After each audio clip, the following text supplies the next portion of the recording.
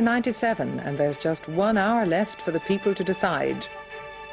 Dublin and Rosslare blockades lifted pending the outcome of a mass meeting tomorrow. Good news for our farmers, Egypt to lift its ban on live cattle imports. And U2 won't play the park in August. The promoter says it would cost the band money.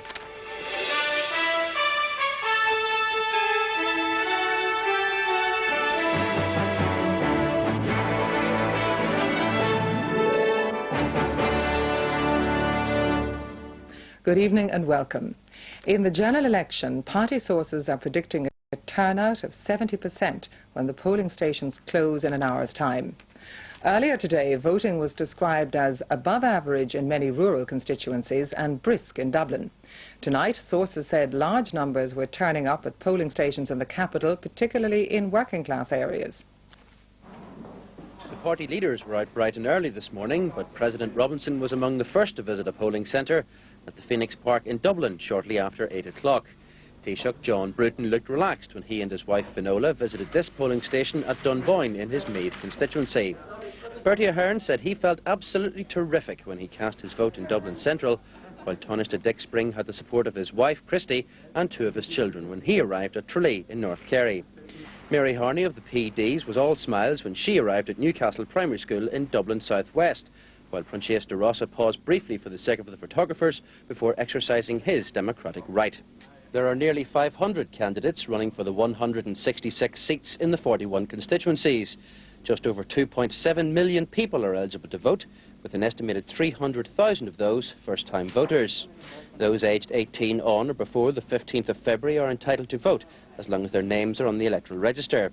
It's some time since this lady cast her first vote, but 105-year-old Mary Duggan of Castlebridge near Wexford Town wasn't about to let her age put her off. There have been efforts this time around to nominate polling stations with good wheelchair access. However, this man had to be lifted up not 1 but 2 stairways in the main polling station in Castlebar. On a brighter note, one young woman made the effort to vote this afternoon, stopping off on her way to get married. 25-year-old Mary Murphy is a local authority clerical officer from Tala. But wasn't there any way she'd have missed casting her vote? No, not at all. No. I knew I'd get down either earlier on or later on. But we're getting married out in the airport, so I had to make the move before I actually got out to the airport, you know, so. She'll have to phone home from her honeymoon in Malaga to get the result from her Dublin South West constituency.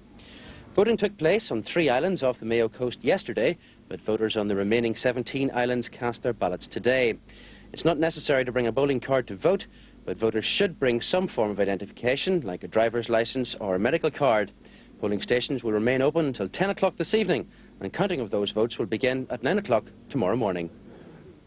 And Barry Turley is in Booterstown now. Barry, it looks like the bad weather then didn't keep people at home in the capital. Well, it doesn't seem to have been keeping people at home. The voting has been brisk throughout Dublin throughout the day. In Dunleary Rathdown, where we are now, it's standing at around 60%. Otherwise, in Dublin, it's between 40 and 60%, but it is expected to reach between 68 and 70%, which is in and around what it has been in the past.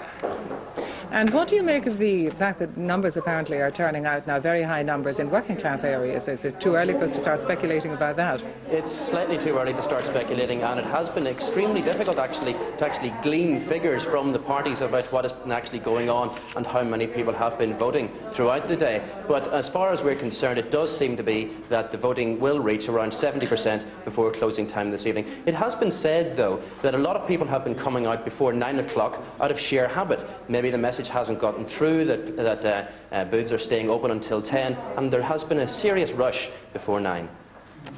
Barry, thank you for that. Well, our Midlands correspondent Kieran Malooly joins us now from the Perthleisha Count Centre. Kieran, what have the overall voting trends been in the Midlands? Well, it's been a day of varied activities, and throughout the Midlands we had a less than significant start to the day, because I can tell you the 8 a.m. start didn't work at most constituencies in these parts. 1% of voters in Westmeath turned out before 9 o'clock, 2% in Louth, very few more around the country. It's averaging out tonight in the urban areas, something averaging between 60 and 65%. In the rural areas, perhaps closer to 70%. But there's been an incredible contrast throughout the day in constituencies like North Kildare, South Kildare and Meath, industrial and urban areas, where the vote has been quite low right up through the afternoon. Yet in rural constituencies like Laois Offaly and Longford or Scammon, it had reached 50% by almost tea time, and they're hoping for 70% turnouts tonight. And specifically in Laois Offaly, Kieran, what was the turnout there? The turnout in Laois Offaly and closer to 65% this evening. And of course it's very quiet here now at the town centre in Port Laois. Almost you might say like Cork Park on the eve of an All-Ireland, because this time tomorrow night there'll be quite a deal of activity here. 5 seats, a critical constituency. 65% Fianna Fáil, Fine Gael, Labour and the PD all would have wished for more. We'll find out this time tomorrow night. Kieran, make the most of the peace and quiet. Well, now in the dying minutes of polling day, we are going to Galway, where we're joined by our Western correspondent, Jim Fahey. Jim, you mentioned earlier that the people of the West were exercising their right to vote with gusto. Has the turnout held up? Yes, and indeed it has. They're still voting with unrestrained enthusiasm down here in the West. I've just spent the last 2 hours visiting polling stations in the East Galway constituency, and there's a huge campaign being launched in old barnstorming fashion to get out every last voter. It's being waged against the blare of loudspeaker vans and the revving of motor cars and farm tractors outside the booths. Last time round there was a 69% turnout in this constituency. The tallymen tell us it will be at least 70 to 73% this time, and in Tuam 70% have already voted. Now, in the West Galway constituency, where the retirement of Maura Geoghegan Quinn has left a little bit more elbow room for her Fianna Fáil running mates, polling hasn't been quite as high, about 50 to 55% at the moment. But in the Mayo constituency, where there's a monumental electoral battle taking place, there's been a very, very high turnout. In Westport, I'm told, they've clocked up a poll of 69% already, and that's expected to go well over the 70s. In Sligo, it's now looking like a 65% poll. It hasn't been a lovely Leitrim day, but they've had about a 50 to 55% poll there, and in Donegal they're expecting about a 65% poll at this stage. And Jim, I gather the day didn't pass without incident. And I'm not really hearing you very well, but I understand you're asking me about an incident in Tuam. Yes, there was indeed an incident in Tuam this afternoon when members of the travelling family, 2 travelling families were involved in a fracas. One man was stabbed with a sharp instrument believed to be a screwdriver. The Gardaí intervened to break up that fracas, and they're now investigating the incident. They say it's part of an ongoing feud between 2 families. But there have also been lighter moments here in the campaign in East Galway. In Tuam this morning, one woman told me that the polling day and count day for her are 2 of the most exciting days of any year. That is apart from her own birthday and Christmas Eve. Perhaps it is because we here in the West may invest some of our politicians with the powers of Santa Claus at this time of year. Jim, thank you for that. And we're going southeast now, where Damien Tiernan joins us from our Waterford studio. Not so sunny there either, I gather, Damien. Did the late surge materialise after tea? Well, somewhat it has materialised, but not totally. It's been very quiet this afternoon. In Wexford, for example, polling stations will be very busy this evening, and we're looking at a 70% turnout. Somewhat similar in Carlow, Kenny and Tipperary South, Carlow Town and Kilkenny City, for example, 62 at the moment, up possibly close to 70. Wicklow's been very brisk, Bray and Arklow as well. In Waterford it hasn't been as brisk. It sank to a new low of 68% back in 1992, and we're looking at possibly maybe only 65% this time round. And of course the 10 o'clock close was really aimed at catching the student vote. Has it been successful, Damien? Of course, there's been a big move. The government have said that they have moved the day of the election to a Friday to facilitate students. It hasn't really worked. If you take Waterford, for example, there are thousands of students on the move across the country. But in Waterford, if you take that as an example, it looks like the 2 extra hours have not actually brought a higher turnout. Damien, thank you for that. To the Midwest now, and we're joined from Limerick by our correspondent Cathy Halloran. Cathy, has there been the traditional after-tea rush at the polling stations there? Well, there's been a fairly steady flow of voters to the polling stations after tea. Usually supervisors notice that after Coronation Street there's a fairly good flow of voters in, and sure enough it proved to be so. Up to about tea time in Limerick City they were averaging the turnout at about 37%, whereas after 8 o'clock it was averaging out between 43 and 50%. In Limerick West, it's as high as 68% in Ballylanders, and that's in the southeast of the constituency, and that may favour an independent who's running out there.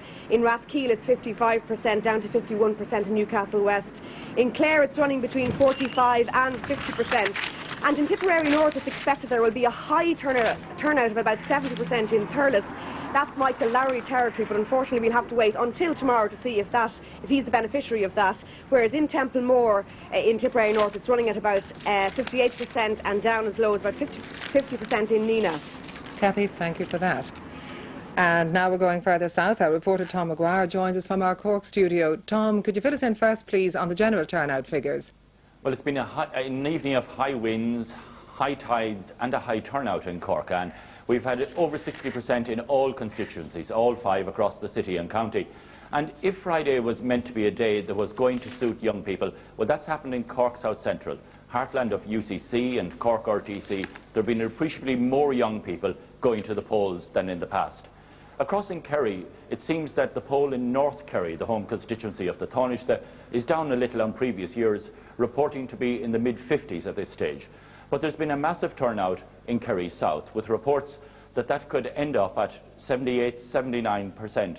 And it's been like that all day in Kerry South, where there were queues, even in country villages, in early morning to vote. Tom Maguire in Cork, thank you for that. And just a reminder that Radio 1's special election programme starts at 11 in the morning with first indications from the tallies, while television coverage begins with a special 1 o'clock news bulletin. People all over the world will for the first time be able to see Irish election results as they come in through RTE's internet site, and radio coverage will be relayed to the world via shortwave for 2 one-hour broadcasts.